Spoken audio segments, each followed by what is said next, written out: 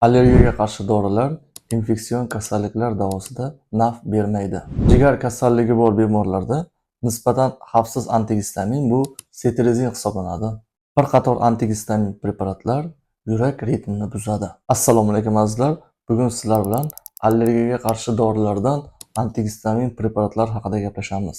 Allergik kasalliklar klinik ko'rinishi yuzaga kelishida immun tizimi hujayralar tomonidan ishlab chiqarilgan gistamin moddasi alohida o'rin tutadi.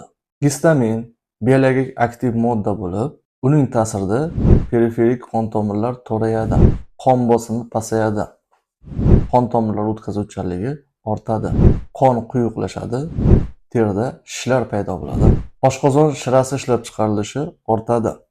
Shuningdek, gistamin uyqu va uyg'oqlikka ta'sir qiladi, ishtaha pasayadi.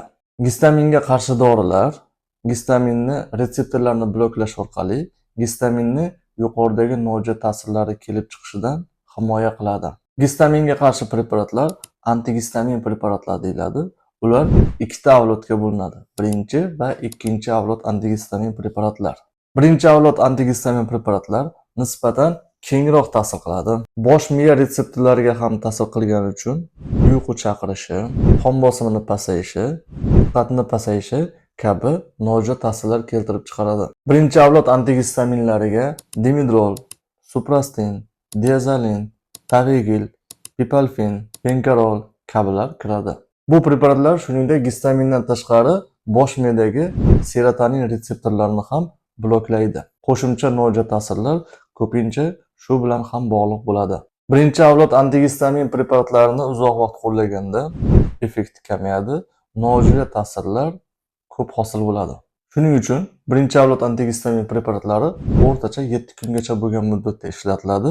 Asosan o'tkir holatlarda tavsiya qilinadi. Ikkinchi avlod antigistaminlari nisbatan tanlab ta'sir ko'rsatadi, markaziy nerv sistemasiga ta'sir ko'rsatmaydi. Shuning uchun deyarli uyqu keltirib chiqarmaydi. Bosh miya bilan bog'liq nojo'ya ta'sirlar nisbatan kamroq kuzatiladi.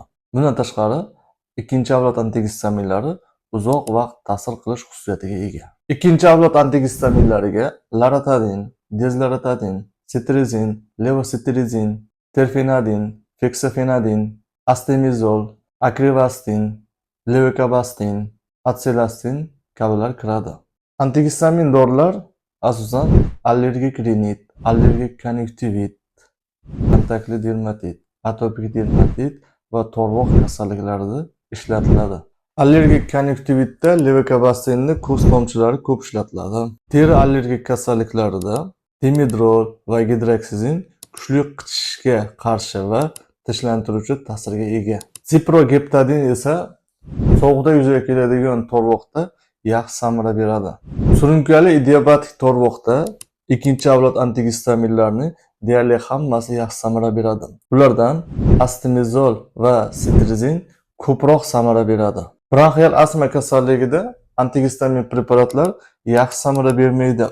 Lekin bronxial astma qo'shimcha kasalliklar, allergik rinit, allergik konjunktivit kabi kasalliklar bilan kelganda ularni davolash maqsadida antigistamin preparatlar ishlatiladi. Anafilaktik shok holatida birinchi avlod antigistamin preparatlari tanlov preparati bo'lib hisoblanadi. Homiladorlik davrida esa fexofenadin, cetirizin, dimetindin kabi antigistaminlar nisbatan xavfsiz bo'lib hisoblanadi. Endi nojo'ya ta'sirlar haqida qisqacha gaplashamiz.